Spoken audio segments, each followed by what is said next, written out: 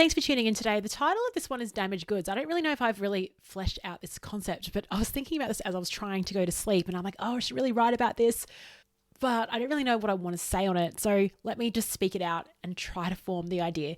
Damaged goods, what I mean by this is sometimes when I'm teaching other people to drive change, run a workshop, like make some type of impact with the people they're working with, sometimes I encounter resistance around trying things that are a little bit different. And what they'll say to me is, I want to try something different, but I can't because the group that I'm working with, they're not really there yet. They're at a really kind of basic level. And so we really need to tread slowly and work this up over time. And I hear that, and it just reminds me of a very early conversation I had with Alan Weiss. And what he told me in that, he's like, just stop assuming people are damaged goods. You're there to work with people that want to learn, that want to improve. And look, I know maybe it sounds like I'm wearing some rose-colored glasses here, because I absolutely understand. I've been in situations where it's like, yes, you can't, it's hard to bring people along. But I do think it's kind of, I don't know if it's rude or wrong, but just to assume that people aren't ready to be stretched when you haven't even tried is an interesting concept to me.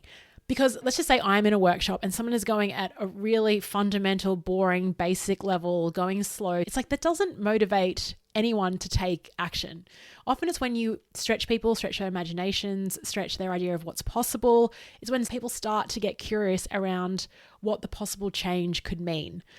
If you start with the assumption that, oh, they won't care, they're not interested, they're going to be resistant, we need to really tread slowly with them, I think what you're doing is calling them a damaged good, is what I'm sensing. And yeah, then you're not going to get any type of innovation. That is really the point I'm trying to make here. I don't know how I'm going to wrap around this and add a few extra minutes of commentary on it, but it really is like, stop assuming people are like that. Alan, when we were talking about this, said he designs sessions for the top third of the room. And he said, look, I want to design for them. They're going to make the biggest impact. The people that are on that second third of that room, like they're going to hurry and try to catch up with us. And the third, like if you're going to lose them anyway, you might as well lose them. So he never designed sessions for the lowest common denominator. And I often hear the opposite, and it's being wrapped up in a case of being inclusive. It's like, to be inclusive, you have to cater to every skill level in the group. And this is kind of like a counter argument, is that by doing that, you're actually disenchanting the 2/3 of the room that you might be able to take along with you. And that might be an injustice to them. It's not very inclusive for them. So I don't think the inclusive thing has anything to do with this. I think inclusivity means to me is everyone have the same opportunity to be a part of it. I think, yes, that's the case with this, but I think it's actually inclusive to stretch people, to let them buy in, to give them a new vision of what's possible if that's what you're trying to create, as opposed to meeting them where they're at. It's that kind of gravity, that slow moving pace. Like I said, it doesn't really work as an activator. And I just wonder sometimes if the reason I'm getting pushback from someone because they're like, oh, I don't think I can try this out or do things a little bit differently because I need to meet people where they're at. I'm just wondering if that's their excuse for not giving it a go. Because, well, let's address it. Like, it takes courage. You got to be a bit of a maverick to try something different, to go outside of an existing culture. I mean, this goes back to evolutionary times. We've always been taught to fit in. And so the second you try to do something differently, yes, your ego is on the line. Yes, you are vulnerable. But by its very nature, it's definitely taking a risk. So I definitely understand that. I just think this reason around, oh, I've got to make sure that I bring everyone along is not the right approach.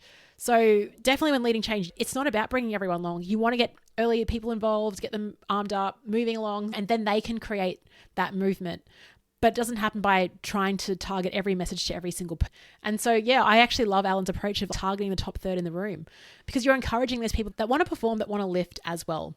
So yeah, thanks for listening. I don't know if I've even mapped this out. Maybe it deserves its own Substack article. I find that when I write ideas out, sure, it's good to talk about, but when I write it, I really have to think about this. So yeah, we'll see. But what do you think about this? I know it might be a bit of a touchy subject, but definitely don't assume your clients are damaged and you're the expert there that's going to rescue them.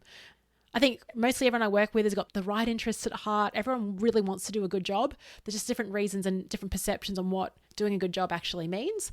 And so, yeah, it's our job to inspire a brighter future. Anyway, thanks for listening, and I'll speak to you tomorrow.